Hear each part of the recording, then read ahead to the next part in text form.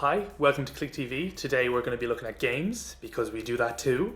And the summer's over, so after 3 months of pretty much nothing much, 3 AAA games have come out within a week of each other, being Sleeping Dogs, Darksiders II, and Transformers Fall of Cybertron. So we're going to have a look at them. Starting with Sleeping Dogs, I reckon. You've played it, I haven't, so yes. I have, and it's sold out now. I was trying to get it at the weekend in Dublin and I couldn't find it anywhere, so yeah, it's doing well. Yeah, because it's good, which is strange. For a change. Well, it started off obviously famously as A true crime game. Hong Kong, and Yes. Activision were like, let's get rid of this. It's no good. No one ever want this. No one ever buy it. And then Square Enix picked it up and turned it into a deadly little number. What makes it different to everything else? Everything else. Well, I don't know. Nothing. It doesn't feel like a proper sandbox because it's better. As in like a story. Well, not just the story. It's just the shooting is like Vanquish light. You know, you hop over cover and everything slows down. You disarm it and it goes to slow motion. You haven't got jets on your legs. No, you don't. But I don't know. You've got combat, which is like Arkham City light. It's kind of half Arkham City, half Yakuza. And you've got driving, which is a bit more like Need for Speed than just moving a heavy box around narrow lanes. Okay. So basically what it does different to other GTA titles is that it does stuff good, that is fun to play, rather than like, oh, there's so much to do. It's like, no, stuff to do here is fun. But the story's supposed to be really good as well. Like a Yes, it is, proper but- Yakuza type movie. No, it is. That's all good, but I think it's overshadowed by the fact that you've got a sandbox game with really good gameplay. Which is it's just something of a rarity. Yeah, well, Peter. A rarity or a rarity. Well, Peter However did you the want to review for the pronounce website that's up on Stick Online right now. Glowing review. Yes, he loves his games.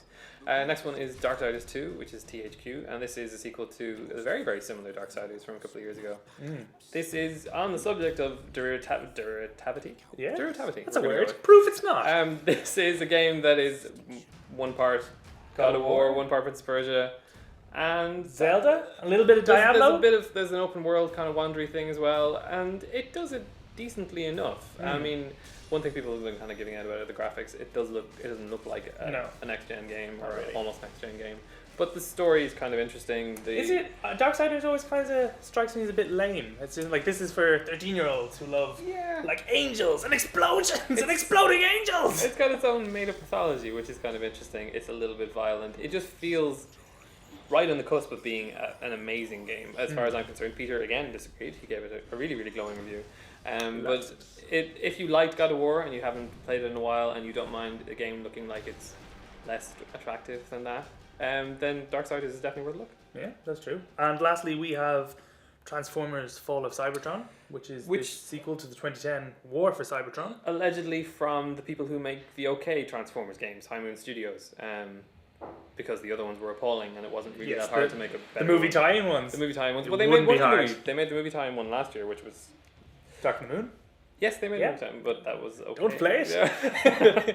So we have slightly more hope for this. I mean, a third-person action title as a Transformer should be cool. It should be, but it doesn't seem to be all like that much mad tech. You know, there's no like turning walls into cannons and making the air turn into a pterodactyl I always that wonder- burrows into someone's brain. It's just Gatling guns and rocket launchers and jetpacks. Do you think they're too beholden to Hasbro? Because, I mean, these are licensed games, though. Do you think they're not allowed to do anything fun because they're tied to a license? I don't know. I hope not. Well, actually, no. Actually, I hope so because otherwise, High Moon is maybe running out of ideas. I don't know. I think the idea of being a massive robot that turns into a car and shoots stuff should just be a lot of fun. I don't know. It feels a bit stiff, or at least War for Cybertron did feel a bit stiff, a bit clunky. This isn't out yet. This is out on Friday, on the 24th. We haven't reviewed it yet, but Peter will have a review up on the site by Friday. So that's 3 games out in a short space of time, which are all getting decent enough, if not great reviews. Well, I want to say that I don't like Peter Cullen, who does the voice of Optimus Prime. Ooh, contentious. A voice we do like is Michael Wincott, who does the voice of Death in Darksiders 2. He's from The Crow, and he sounds like he eats glass. So it balances So, out. yes, voice work is good. So that's Darksiders 2, Sleeping Dogs, and Transformers Fall of Cybertron, which will all be out by the time you see this.